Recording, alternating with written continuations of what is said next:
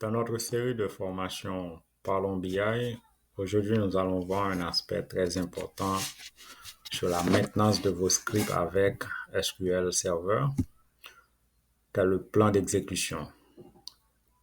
Comment interpréter les graphes dans le plan d'exécution. Pour que vous soyez à l'aise avec l'interprétation des graphes, vous devez comprendre l'utilisation et quand créer des index sur les tables, les index clustered, les index non clustered. Nous allons rapidement voir ces deux principes-là et ensuite voir l'interprétation des graphes. Laissez-moi passer par un exemple pour vous montrer. Avant de faire le schéma, laissez-moi vous dire que l'index clustered, l'index non clustered, c'est quoi? L'index clustered, quand est créé l'index clustered, vous pouvez vous-même créer les index clustered ou les index clustered peuvent être créés aussi lors de la création d'une clé primaire. Si je crée une clé primaire sur une table, par défaut, ça va créer pour moi un index. Ça peut être un index clustered ou un index non clustered. Si j'avais déjà défini un index clustered sur la table, lorsque je crée la clé primaire, ça va créer un index non clustered par défaut. S'il n'y avait pas de index clustered défini sur la table, la création de la clé primaire va créer par défaut pour moi un index clustered. Il faut savoir aussi que vous pouvez avoir qu'un index clustered sur la table. Maintenant, comment ça se fait, comment ça se passe avec SQL? Lorsque vous définissez sur une table un index clustered, l'insertion des données se fait de manière alphabétique dans la table. L'insertion est ordonnée dans la table. Par exemple, j'ai une table personne. Laissez-moi créer le schéma. J'ai une table personne. J'ai défini deux colonnes, ID et nom. J'ai défini la colonne nom. Maintenant, sur la colonne ID, j'ai défini la clé primaire. Par défaut, ça va créer pour moi un index clustered. Lorsque j'insère les données vont être insérées de manière ordonnée dans la table. Maintenant, si je fais un select sur la table, je cherche par exemple Jean, SQL sait où aller trouver directement Jean. Il sait dans quelle page de la table trouver Jean, puisque c'est ordonné de manière alphabétique. Maintenant, ça c'est pour l'index clustered. Allons voir l'index non clustered. Comment ça se passe avec l'index clustered? Je peux créer plusieurs index non clustered sur la table. Je peux créer un index clustered sur plusieurs colonnes de la table. Comment ça fonctionne avec SQL? Cette même table, je crée un index non clustered sur cette table, index non clustered sur cette table. Maintenant, je n'ai pas de index clustered. Comment ça se fait? SQL va créer pour moi une deuxième table.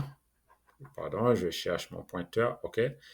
SQL va créer pour moi une deuxième table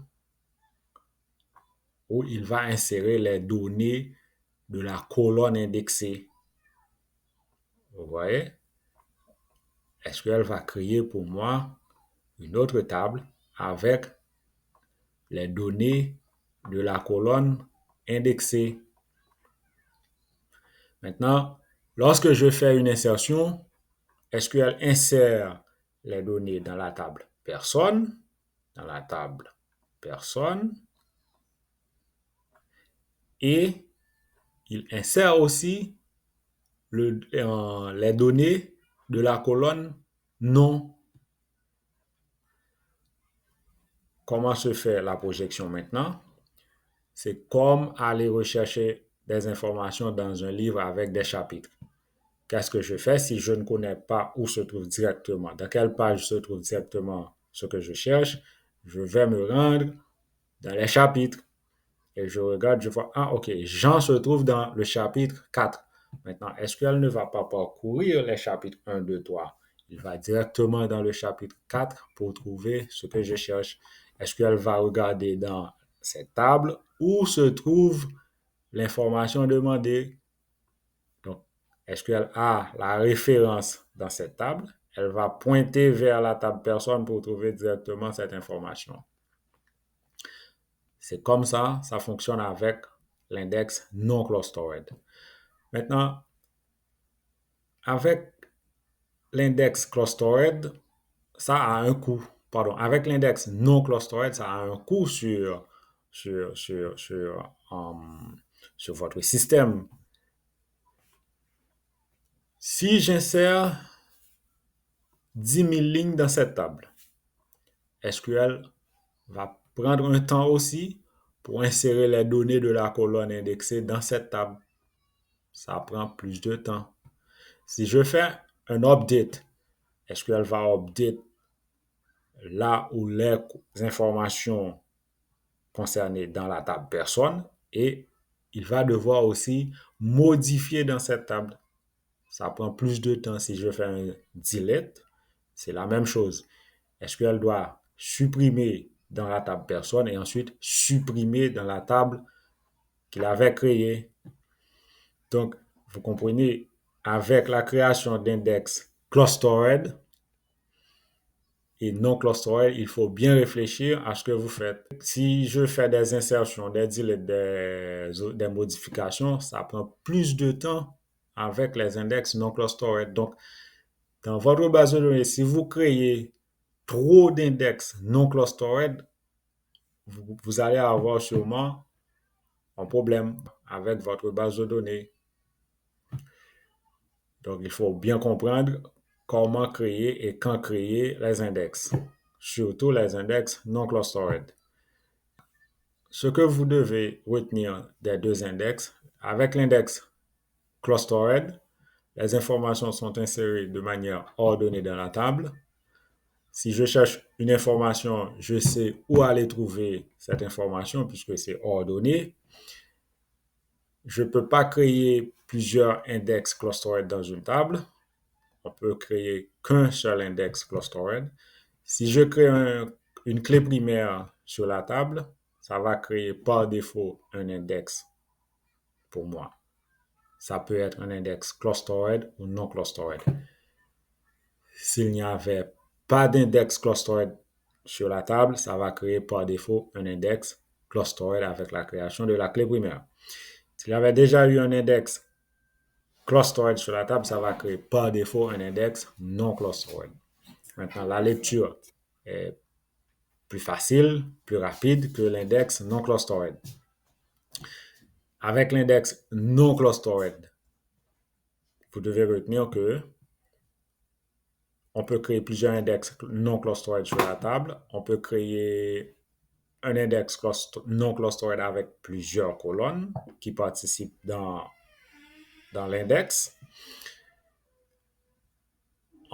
Si je fais des insertions, des modifications, des lectures, ça prend plus de temps parce que SQL doit insérer dans la table personne et insérer aussi dans la table qu'il avait créée pour sauvegarder les données de la colonne ou des colonnes indexées. Donc, puisque c'est plus clair avec les index, maintenant nous allons voir l'interprétation des graphes avec le plan d'exécution en SQL Server.